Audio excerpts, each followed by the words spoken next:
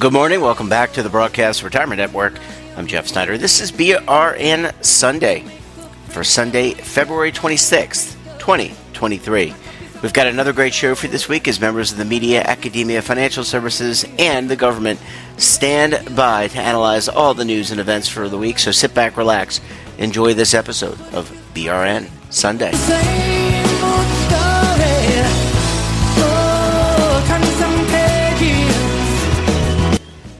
Kick off the program, as we always do, with a look at what's happening on Capitol Hill in terms of legislation, litigation, regulation, everything and above.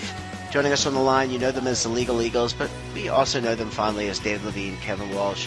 Both are principals with Broom Law Group. That's an employee benefits law firm based in good old Washington. That's my Baltimore accent. Washington, D.C. Gentlemen, great to see you. Or hear you at least. Thanks so much for joining us on the program this morning. Thank you, hon. It's good to be here. Sorry, that's my ball. I used to live in Baltimore, so I have to do my Baltimoreese poorly there. But it's good to be with you, Jeff. And we're excited to talk about new regulatory developments today. I bet Mr. Walsh has ideas. Kevin, I know you're chomping at the bit to talk about Form 5500, and I know people are just waiting on the edge of their seats to hear the latest. I do. I mean, this has been a bit of a breaking news week with the Legal Eagles. I think David's going to talk a little bit later about some breaking IRS guidance, but I'm going to talk a bit about a breaking Department of Labor final form revision. So it's a final regulation, but they do it by updating a form. And as you guys know, we talked about it a couple weeks ago. We were speculating what could possibly be in this Form 5500 revision that's coming up. For people who may have missed the segment, just a quick refresher. Form 5500, and I'm going to stop saying that because it's a tough phrase to say, is the form that plans use every year to report on their financial information. Basically, it's kind of a physical, like a general health checkup on a retirement plan that gets filed with the Labor Department.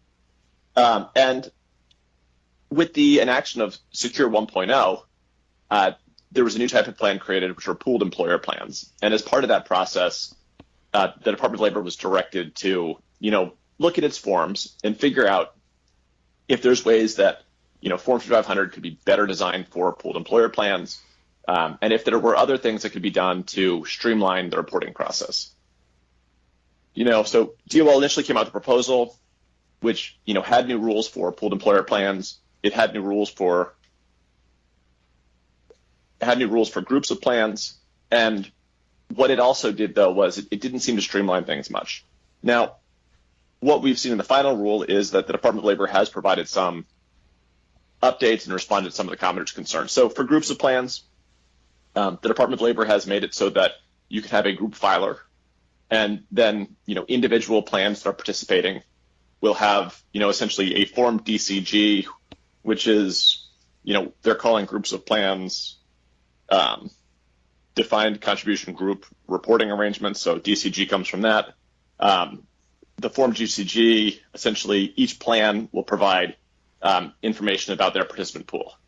Additionally, each plan will be required to have its own audit statement unless that plan has fewer than 100 participants. Now, here's an area where DOL provided some help.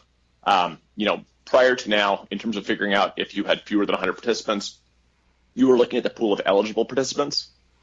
Now, with Secure 2.0 and this new form update, in terms of counting participants, you only have to count participants who have an account balance at the beginning of the year.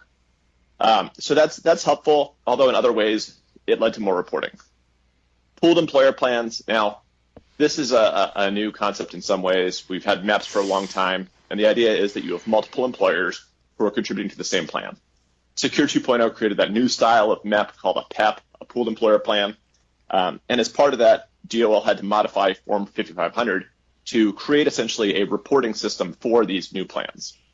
What they've done is, essentially it's going to be file on a consolidated basis, a report for the plan as a whole. And then then there's a new schedule, which is Schedule MEP or Schedule MEP.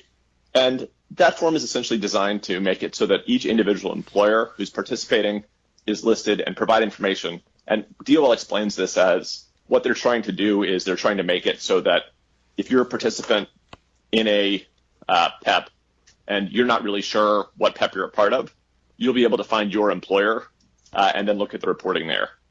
So, these new forms, they go into effect for plan years beginning on or after January 1, 2023. So the next time when this plan year ends, we'll be using a new form. And so it's a little bit better than the proposal, but it is going to be more work. David, do you have any comments on the new forms, or do you want to pivot right into the IRS guidance? Well, I thought that was really good, Kevin. I think the key here is I think there are improvements, as Kevin says, but I also do think there are challenges. The form DCG, defined contribution groups, still requires a lot of work, a lot of information. The DOL highlights for the so-called group of plans universe that, well, maybe you still want to file individual 5500s. It's going to be interesting to see how the reaction is. The big item in here is also sort of the DOL still focused on on disclosure of fees and expenses and investments. Not all of it's here. There's more to discuss, but that's something to keep in mind. I am going to pivot to IRS guidance. Just out literally before we're recording this, the IRS has issued, I believe it's proposed guidance, it's that new, I just read it quickly, about the use of forfeitures and the timing of the use of forfeitures in defined contribution plans. Why is that relevant? Well, obviously, employers will often try to use up forfeitures in plans, but sometimes through inadvertent reasons or just because of dynamics, forfeitures might hang around for a little while.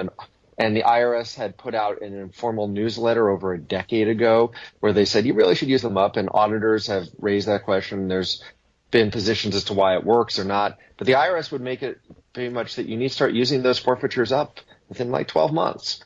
That raises some real questions. It can get very weedy, but for those of you who are running forfeiture balances, time may be up on sort of carrying over some of those balances. So I think it's good to watch this. It's early. It's proposed, I believe, but it's something to watch at this point. David, this is something when I was a retirement plan advisor, investment consultant, whatever you want to call it, this is something that came up time and time again around, what do we do with the forfeiture money? Can we use it to offset, profit sharing contribution, employer contribution? Can we return it? What do we do with it? And that, along with the what do they call it? The credit balance, that the revenue sharing account. I mean, these are. It seems like the Department of Labor and the IRS are really looking at these things to try to continue to refine and improve our retirement system.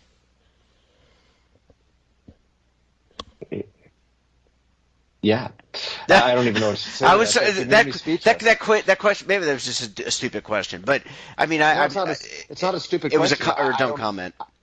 I don't have a specific comment on it. My simple response is, Jeff, you make good points. Oh, well, thank you. And Kevin, last question for you, and then I'll let you gentlemen go to enjoy the rest of your week. When I'm still laughing at the reaction, but the Form 5500, Kevin, what do I need to do to become educated about this form? I mean, if I'm a plan sponsor, if I'm someone who's going to be completing Form 5500 on behalf of a client, is there going to be some kind of education about this new Form 5500 MEP?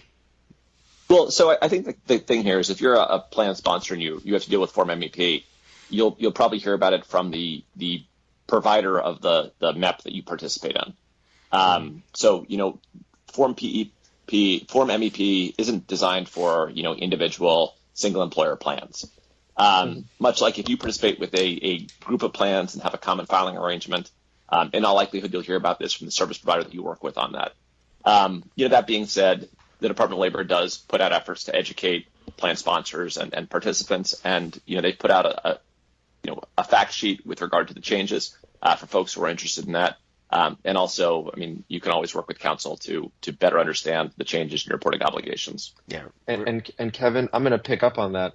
There are some changes in the form map that really reduce some of the questions in response to comments, some of which I know we submitted. So we do feel like there was some improvement in this process, so we're appreciative of that. Yeah. Well, gentlemen, really appreciate it. Look, forms can be sexy, and I think this is a really important topic It's one that we always try to do on the Broadcast Retirement Network, and particularly this Sunday show. Gentlemen, we're going to leave it there. Always a pleasure chatting with you. Enjoy the rest of your week and weekend, and we'll talk to you again very soon.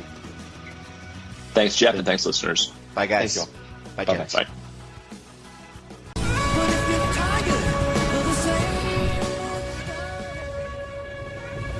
Imagine a new television network that will make you richer, healthier, and in control of your financial future.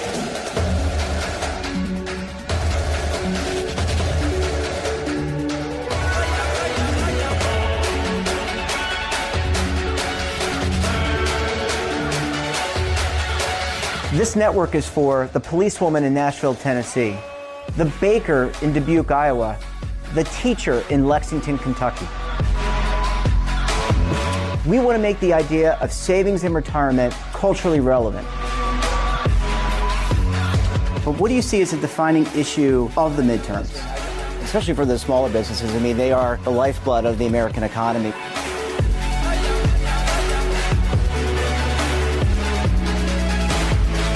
Featuring exclusive interviews, current affairs, and docuseries. 33 years old, you retired early. The philosophy is money only matters if it helps you live a life that you love. But you got to start thinking about retirement as soon as you get in.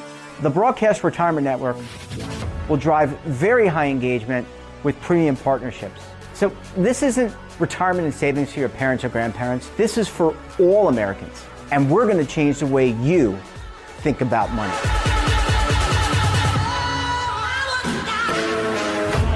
Welcome to the next frontier of retirement and savings.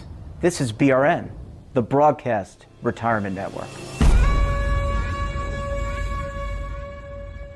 Are you stuck with a low credit score? A credit report and score that's causing you to be denied credit or pay higher interest rates than others for the same things? Then do what Terrence did and call Credit Repaired for your free credit evaluation to help restore your credit. I started thinking about buying a new house, and my score wasn't where I needed it to be. I called and spoke with one of the representatives, and we just had a good conversation, and I liked what he was saying. Just one call for his free credit evaluation was all it took to start back on the track to repairing his credit. I'm seeing the deletions, and I'm getting the report, so I know something's being done. It does make a difference to me. All it takes is one call to get started. Credit Repair has given me a second chance to have a better credit score. Don't let a low credit score hold you back another day. Do what Terrence did and make the call for your free credit evaluation.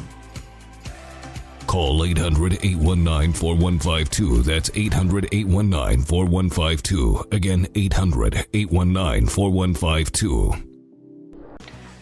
Welcome back. Now time to talk markets. Joining us on the line, he is the lead anchor for the TD Ameritrade Network, Oliver Rennick. Oliver, always great to talk to you. Thanks for popping by the program this morning. Thanks, Jeff. Of course. Yeah, it's always good. And the weather where I am in Charlotte is beautiful. I hope it's warming up a little bit in Chicago. It's beautiful but cold. Well, you'll get there. Soon we'll be talking about the Cubs and the White Sox. Okay, Oliver. Hey, they got like snow in California, so anything's possible. Yeah, I guess at this point that's true. Anything is possible with climate change or whatever they call it these days. All right, Oliver. Let's talk a little bit about the markets. How do you see the markets? How did things unfold this week? And what do investors need to take away from it this week? This was the week in which inflation returned, at least to the forefront of the conversation. It really should not have been kind of in the background the way it went over the last quarter or so. But this week was a very clear reminder that there's still a lot of pressure here on the economy coming from high, sticky inflationary prices.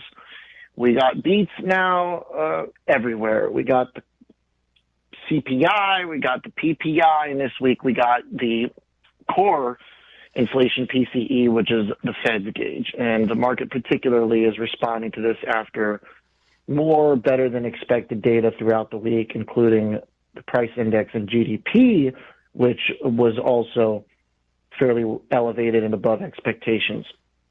So this is a pretty clear reminder that when you have a big stock market rally like we did for about 5 months, you have very little pushback from the Federal Reserve, a drop from 50 to 25 basis points, a recovering housing market, that all of that can significantly undo or at least slow down the progress, if you call it progress, according to the Fed, of stamping out inflation over the past year. So obviously inflation's come off of those really high levels, and that was largely the macro impulse behind strength in the risk asset market since October, the recovery in housing. All of this sort of predicated on the idea, to some extent, not the entirety of it, and I can get into some of that, but most, I would say, of the rally was about valuation expansion again in companies that don't do well when interest rates are rising. And so we got that big rally because people thought maybe interest rates would stop rising or at least plateau because inflation peaked out and the Fed can stop. And that's looking to be a little bit misplaced because Fed is probably going to have to keep slamming the brake pretty hard because there's now a almost reheating happening within the inflation data. The month-over-month numbers are going in the wrong direction, higher than what analysts expect, and you're seeing the market respond in such a way that suggests the Fed either will have to do another 25 basis points in addition to what had already been priced in, and that ultimately the final destination for their interest rate will be higher than investors expected over the last several months. All right, Oliver, that begs the question, or listening to you talk about the Fed and its reaction and the market's reaction, can the Fed go, or has the Fed gone too far? You know, I'm a big believer in equilibrium and markets finding their own equilibrium. But again, last week we talked about you possibly being the Fed chairman at some point. If you remember that, I mean, it was a week ago. But in all seriousness, can the Fed, or has the Fed gone too far? And how are markets reacting to all of this? And what does this mean for like earnings season? Well, if the goal is to get inflation down below 2%, then the Fed has not gone nearly far enough. History tells us the Fed will go too far, and by intention. The Fed kills bull markets and economies by intent. That is generally its history. And that, by some definitions, is okay. Others might argue that it's bad. And that is sort of a very different philosophical school of thought. But at this juncture, it probably is looking like the right way to go, that they need to go harder because inflation is a very serious problem and they're not fixing it. And what was very interesting in the last month was that Powell chose not to accelerate his hiking program, and he chose not to address loosening financial conditions that were largely due to the stock market. Financial conditions are the loosest in a year coming into this month. That's because of the stock market rally. It's because the Fed stopped applying as much pressure.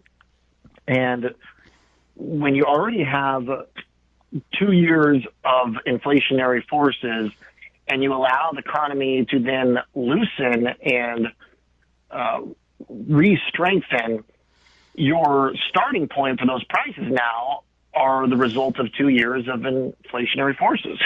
So you really are playing with fire when you allow a sort of petri dish of inflationary forces to fester. And that is essentially what it looks like the Fed has allowed here in the last 3 to 4 months.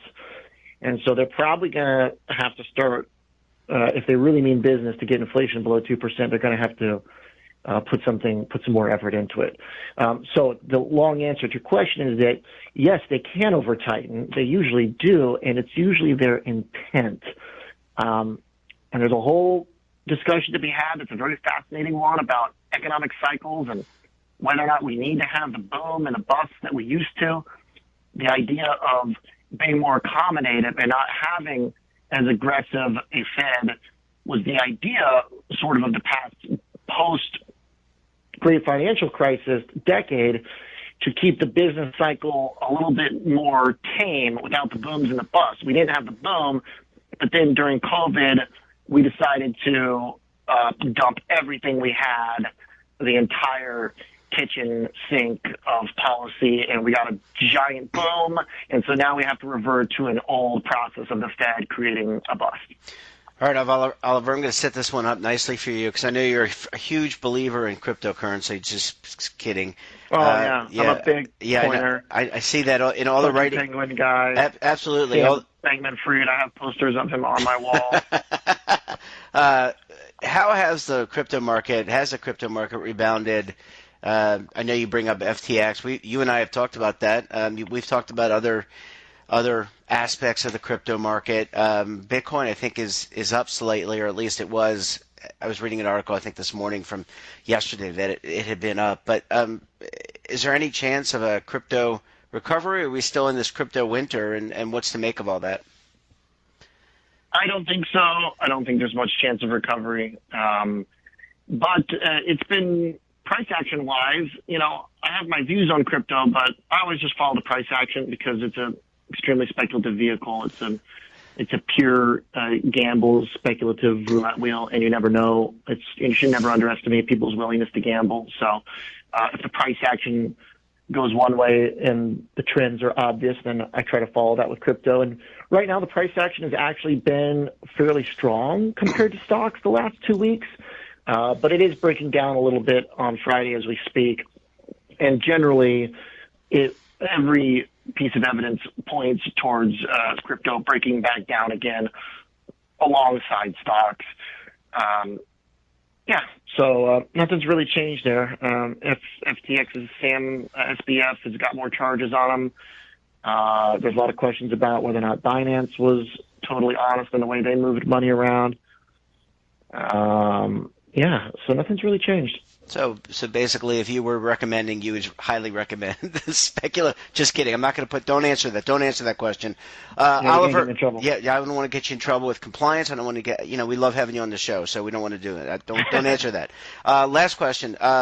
Retail investors, where are they looking? How about ETFs? We don't talk you and I have not talked a lot of ETFs, so let's just talk that. Let's end the segment on that. ETF flows appear to be up year over year significantly. People are moving away from mutual funds to exchange traded funds. I had a conversation yesterday with somebody. ETFs used to be, based on indices. Now there's actively managed ETFs. But where do you stand? Exactly. Where do you stand, and what's the ETF market look like? Because people can trade that on the TD Ameritrade platform. Of course. Well, that's the reason why flows basically continue to increase, is because the offerings within the ETF wrapper and the vehicle of an exchange-traded fund, the offerings continue to expand. A sustained bear market is not going to be good for, I don't think, the passive funds. So far, I've maybe been proven wrong on that a little bit. I'm not sure about the data offhand. Seems like people have been pretty stubborn in trying to plug money back into even the index-based products to some extent. But I don't really know the data on that, to be honest. But what I do know is that the data into ETFs very clearly show that the more active ETFs are playing a huge role the past year in sustaining those flows.